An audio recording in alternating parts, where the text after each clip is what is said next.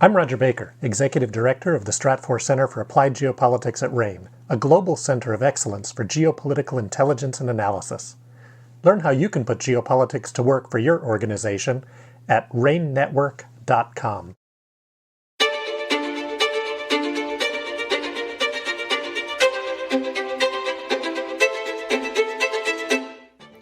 Hello and welcome to RANE's Essential Geopolitics podcast. I'm Emma Kami and I'll be your host for today's episode. President Biden released an executive order requiring the developers of artificial intelligence systems that pose a serious risk to national security, national economic security, or national public health and safety to notify the U.S. government and share the results of a red team safety review prior to their public release. I'm joined by RANE's cyber analyst, Ali Plucinski, to discuss this order. Hello and welcome to the podcast, Ali. Thank you, Emma. It's a pleasure to be here today. So can you give us just a bit of an overview of the new executive order on AI and tell us what this could mean for companies that use AI systems in their daily operations? Yeah, absolutely, Emma. So this was put out by the White House administration on October 30th, and specifically it's addressing developers of AI systems that are deemed to pose a serious risk to national security or national economic security, as well as public health, safety, and security. And it will require these companies to undergo red team safety reviews of their algorithms and systems prior to commercial release, and it'll also require other certain stipulations, including labeling AI-generated content with watermarks and other transparency policies around the use of AI and how it impacts consumers. And interestingly about this, we talk about how this could impact companies, and apparently there wasn't a preview to tech companies, so this came as a bit of a surprise for a lot of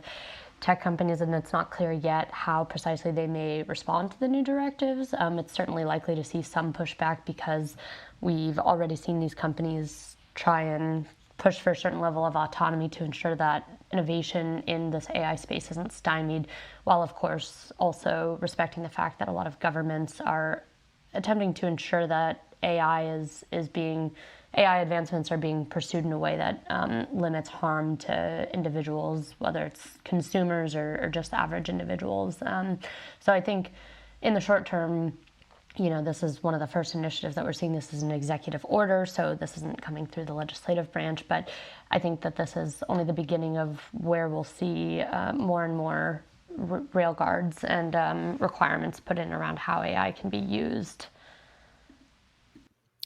Can you explain a bit how this executive order differs from other efforts that we've seen, for example, within Europe or their EU AI Act? Definitely, yeah. And actually, today actually happens to be the first day of the AI Safety Summit, which is taking place right now in the UK, as the UK is also looking to be a purveyor of AI advancement. But, there are some similarities between the EU's planned AI Act and this executive order, specifically in terms of seeking to bolster transparency and safety investigations into these algorithms and systems prior to their implementation into society. I would say the EU AI Act right now is much more explicit in terms of how it describes AI risks and systems. It has tiered requirements dependent on how explicit the threat is for these systems. So for example, there's some AI systems that are going to be deemed very low threat. For example, if they're just AI, like let's say it's some kind of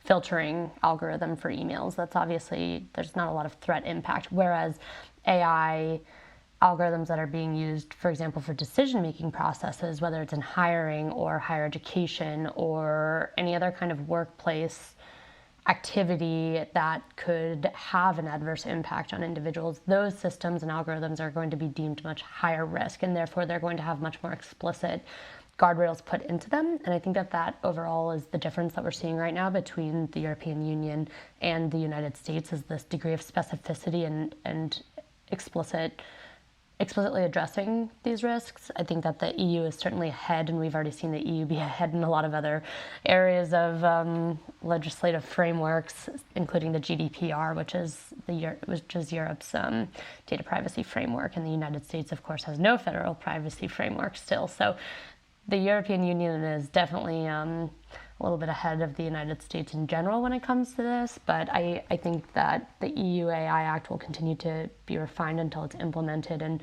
will probably be a lot more stringent in how it cracks down on ways in which companies and individuals are using AI within the bloc.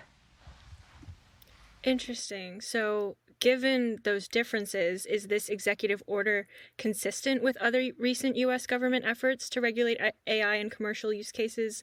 And can you go a little bit into what the outlook is for these efforts?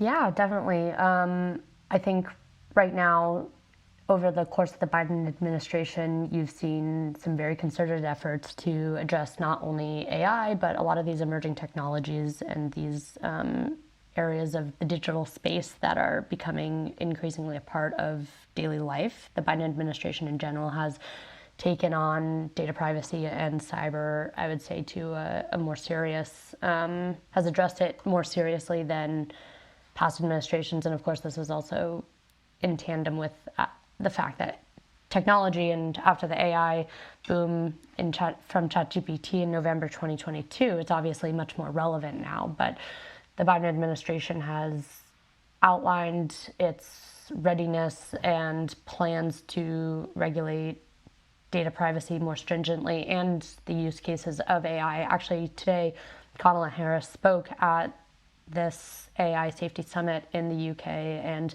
mentioned the United States' commitment and plan to continue to enforce oversight into AI. That being said, however, I still think that the United States will differ from the European Union, for example, in terms of how much they want to crack down on AI, because I think, like China, the United States very much sees the economic competitiveness that will manifest through investments into AI in the long term. And Europe sees this too. This is why, for example, the UK is really trying to be a driver of AI advancements on a global level. But I think it'll fall somewhere in the middle in terms of how the United States attempts to implement a patchwork of both trying to make sure that AI is being used in responsible ways while also trying to make sure that it is still able to, while companies are still able to fully invest in AI in order to maximize long-term innovation objectives. Well, thanks, Allie. Really appreciate you coming on here and sharing your insights, and hope to see you again soon. Thank you so much, Emma. It's been a pleasure talking today. If you're interested in more analyses from RANE, you can subscribe to our geopolitical intelligence product, RANE Worldview. Our suite of risk products allows clients to access the insight and analyses they need to make more informed decisions and drive better risk management outcomes. You can sign up or learn more at our website, ranenetwork.com. That's RANE network.com. I'm Emma Kami. Thanks for listening.